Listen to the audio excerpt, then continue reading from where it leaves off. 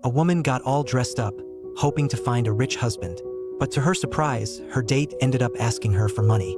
While she went to the bathroom to calm herself down, he swiped all the cash from her wallet. Now, Annie was left without money to pay the bill. She had never felt so embarrassed before, but luckily, Dr. Williams, a guy she had met once at a party, came to her rescue. After this little encounter, she and Dr. Williams quickly fell in love and decided to get married. Even though he seemed to have controlling issues, she chose to overlook that and focus on their future together. One day, he gave her $500 to buy wedding supplies. But while shopping, she ran into a group of disabled kids and felt so moved that she donated all the money to them. When Williams found out, he blew up. Even after she promised to pay him back, he demanded the necklace he had given her, wanting to sell it to get his money back. I will not. Give me that goddamn necklace! Give me those goddamn pearls! Williams showed his true colors, and Annie was so scared that she hurried to escape. Her youngest son, George, jumped onto him from behind to protect her, but ended up being shoved down. Seeing her son in danger, Annie fought back. You touch my boy again, you miserable son of a bitch! I will kill you!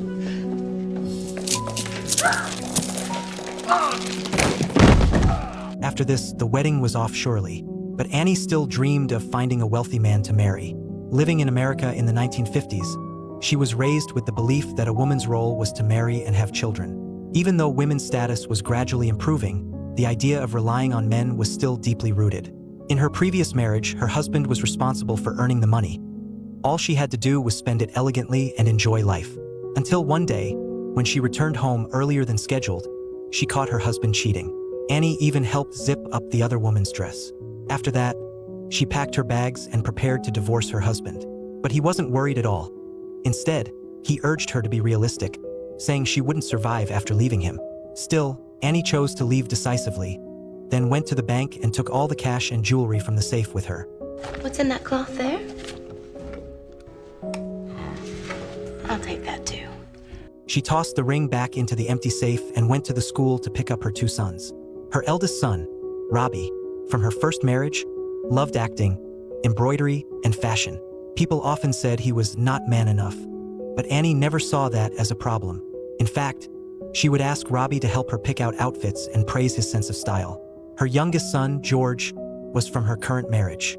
He was academically excellent and mature, but he was shocked to hear about the divorce and that his mother wanted to take him away. You can't just take a kid away from his father like this. Ask any psychiatrist. A boy needs his father's influence. That is what the telephone is for. Eventually, George gave in, believing his mom would come to her senses and go back to his dad in no time. So, they hit the road in a Cadillac that had cost them most of their cash, embarking on a journey that would change their lives. Back then, people generally thought it was improper for women to drive, so Annie taught George her limited driving skills. Whoa, whoa, whoa! What did you just do? I was checking the rearview mirror. Oh, never, never look in the rearview mirror, darling. It makes no difference what's behind you. I don't even know why they put those up there. Just look where you're going and pretend that that's not even there. It was more of Annie's life philosophy than driving skills. But before they even reached their destination, they ran into one of Annie's old suitors who had once been head over heels for her. Annie thought they might rekindle their romance, but what happened next was what we saw at the beginning of the video. Encountering two unreliable men in a row gave Annie a sense of unease, but she still didn't give up. We're going home now? You know we can't do that. Why not? Because your father doesn't love me. After arriving in Pittsburgh, Annie didn't check into a luxury hotel this time. Instead, she moved into a small apartment with her sons, and their meals changed from lavish dinners to fast food. Despite all this, she remained very optimistic. Don't worry, I will find you boys a father. We have fathers, remember? It's you who doesn't have a husband. Then I'll find one of them too. However, tonight's date didn't go well either. This old acquaintance was only looking for a fling, and when Annie turned him down, he got angry and pushed her out of the car. Even after being pushed out, Annie still tried to maintain her grace. With her plan to find a wealthy husband not going smoothly, she had to pawn the jewelry her grandmother left her and actively pursued another one of her former suitors. Annie! Hi, Charlie. I see you found the place. Well, all I had to do was look for the biggest house in town. Annie thought Charlie was still infatuated with her, but to her surprise, he now had a young new girlfriend by his side. When the girlfriend saw Annie wearing gloves, she commented that her own mother always dressed that way. Well, your mother must have been a very elegant lady. It's what women in our generation did. Charlie invited Annie to a dance at the hotel at 11 p.m., suggesting that afterward, they could find a quiet place to catch up. Meanwhile, her eldest son, Robbie, also sought revenge for his mom. It's a lovely dress. Is it rayon? No.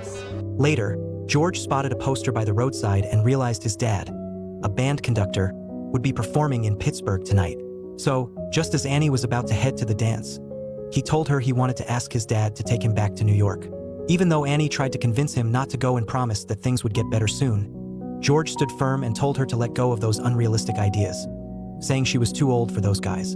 In the end, neither of them managed to convince the other, and that night, the stubborn mother and son both hit a wall. Annie got mocked by Charlie and his young girlfriend from behind, and not wanting to show up at the dance alone, she decided to strike up a conversation with someone, only to discover he was an undercover cop. And I'm arresting you for solicitation. On the other side, George was also disappointed. Seeing that his dad had a new girlfriend made him feel bitter. When he told his father he wanted to go back to New York with him, his dad used his touring schedule as an excuse to decline. To make matters worse, his father began to mock George's mother. Your mother's got delusions of grandeur. No, she doesn't. She always figured she was some kind of southern royalty, man. You know. As George was leaving, his dad gave him $100. Kid, take the money. Oh, don't be like your mother. Take it till she finds some other guy to pay her way. Did you ever love her? Mom? Yeah. Loved her a lot. You ever love me? I still love you, pal. You know, it's just, I mean, with my life on the road and all, I was never cut out to be a father. Just like your mom was never cut out to be a mother. Yeah, well, at least she tries. Feeling disheartened, George seemed to understand why his mom, despite facing repeated setbacks, was unwilling to return to his dad. After Annie was taken to the police station, she initially thought about calling her ex-husband for help, but once again, she heard a woman's voice on the other end. Any lingering hope she had for that relationship was completely crushed. In the end, thanks to a neighbor's help, she was released from the police station by morning. Annie decided it was time to leave Pittsburgh. We're not going back to Dad now, are we? You saw him, didn't you? Yeah, I saw him and he's a shit. Don't talk like that about your father. You'll regret it one day. She had lost her husband, but she didn't want her child to lose his father too. Noticing George's disappointment and hurt, Annie patiently shared a memory. When George was 2, he got sick and cried nonstop. The only thing that would calm him down was the sound of his dad playing the clarinet. So his father played it for several days straight until George got better. It's the biggest bunch of crap I've ever heard. There are some things that you are too young to understand. Such as? Such as you're not the only one who gets lonely around here. This time, they arrived in St. Louis to stay with Annie's sister. Annie's sister was tough on the outside but soft on the inside. Although she genuinely cared about Annie and the kids, she couldn't help but tease Annie for being vain. Not wanting to be a burden, Annie decided it was time to find a job. The first thing I'm doing is going out and getting a job. A job. Is this the kind of job that entails working? Even though her family thought it was impossible, Annie really did find a job as a waitress. Although it was chaotic and challenging, she worked hard to adapt until a customer harassed her. Without hesitation, she poured coffee all over him. The result? She lost her hard-earned job. Looking in the mirror, Annie felt a mix of emotions. She used to have a comfortable life, but when she caught her husband cheating, she made the bold choice to divorce the jerk and moved with her 2 sons to stay with her sister in a small town.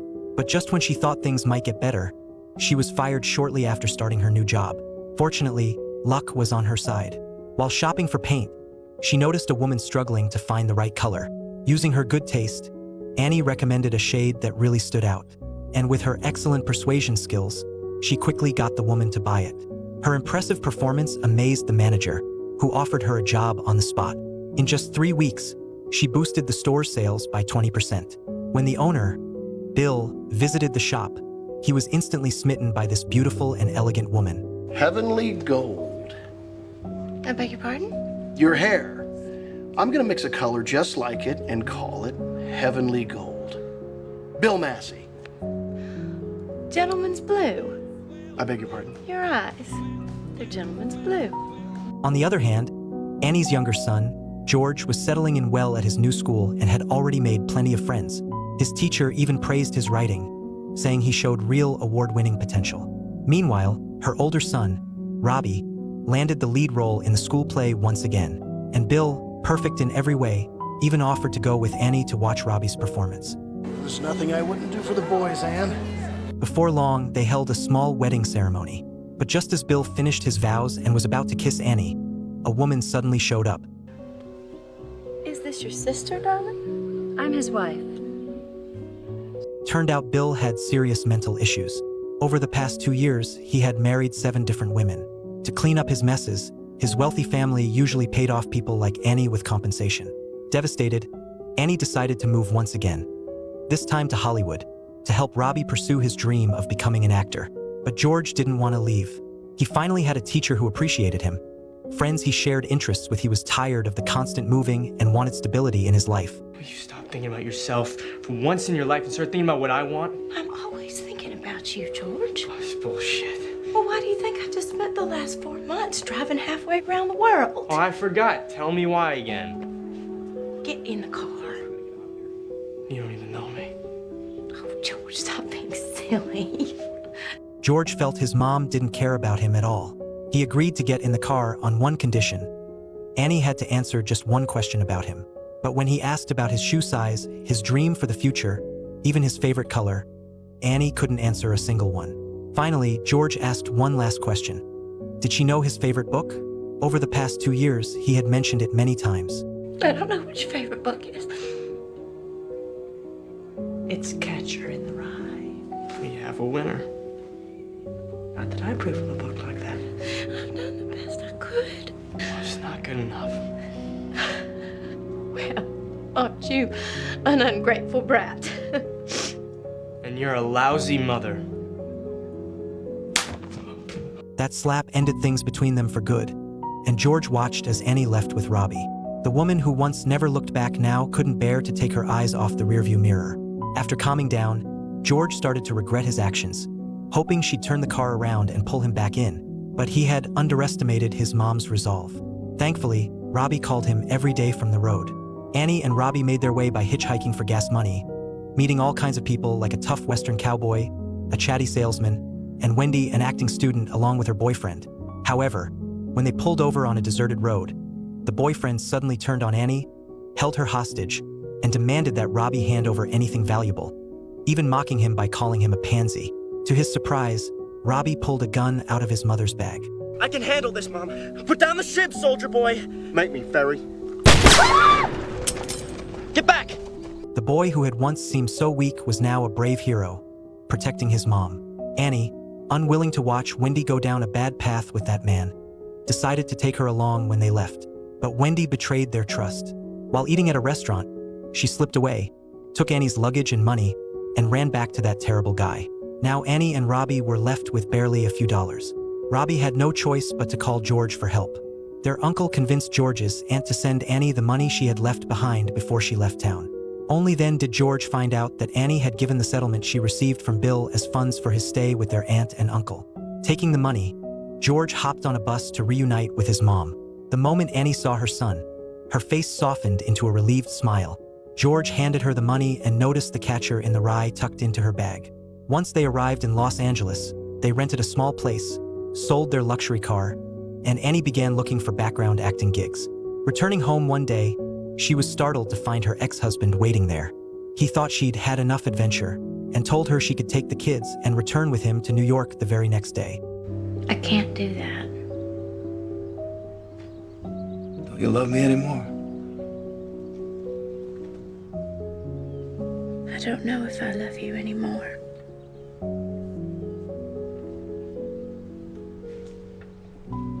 But I do know that I don't need you anymore. Even though there might still be love between them, some things just can't be fixed. While working on set, a chance encounter introduced Annie to a producer who helped her secure an audition opportunity for Robbie. Just when they thought life was getting better, Annie received the heartbreaking news that her ex-husband had died suddenly from a heart attack. Strapped for money, she could only apply for a discounted flight to attend the funeral, leaving George to go back alone. The principal at George's old school said he could offer him a full scholarship if he returned. A friend of his father's was also willing to provide him with a place to stay. New York's my home. I know it is. And everybody knows if you want to be a writer, you have to live in New York. Annie was no longer the mother who knew nothing about her son. She had learned to let go out of love. However, when George returned to his old life, he realized that after his adventurous journey, he felt out of place in the mundane routine. He suddenly understood that home was wherever his family was. So he went back to Los Angeles. Today was Robbie's first official acting opportunity. However, filming was different from theater, and his performance was lackluster. George, with his emotional depth, decided to coaching his brother on the side. To everyone's surprise, the director took notice of George's passionate performance and decided to cast him instead. When Annie arrived back on set, she discovered that George had replaced Robbie in the role. I made the mistake of leaving once, but I'm home now. And I ain't going anywhere. I don't care what anybody says. In this way, George signed a contract to become an actor, while Robbie soon let go of his acting dreams. He realized that what he really loved wasn't acting, but the costumes, so he decided to pursue a career as a stylist. The beautiful Annie still attracted admirers, but she no longer needed a husband to take care of her. Annie's sister had once been envious of her life, believing that life favored the beautiful. However, the reason Annie could live so well was... Well, that's because I have faith in the world. The film, titled My One and Only, is based on the real-life experiences of George Hamilton. It was his mother Annie's bravery and passion that opened up an unexpected journey for him. In the years that followed, George Hamilton starred in several classic films, becoming one of Hollywood's famous stars. However, the true protagonist of this movie is his mother, a woman who once relied on others to survive. Faced with life's changes, she had the courage to leave and steadfastly embrace the belief of moving forward without looking back. Although she tried to find someone to shelter and rely on throughout her journey, she ultimately realized. What we found instead was that we didn't need anyone else, that we could take care of ourselves just fine. Feel free to share your thoughts on this movie in the comments section. See you in the next movie.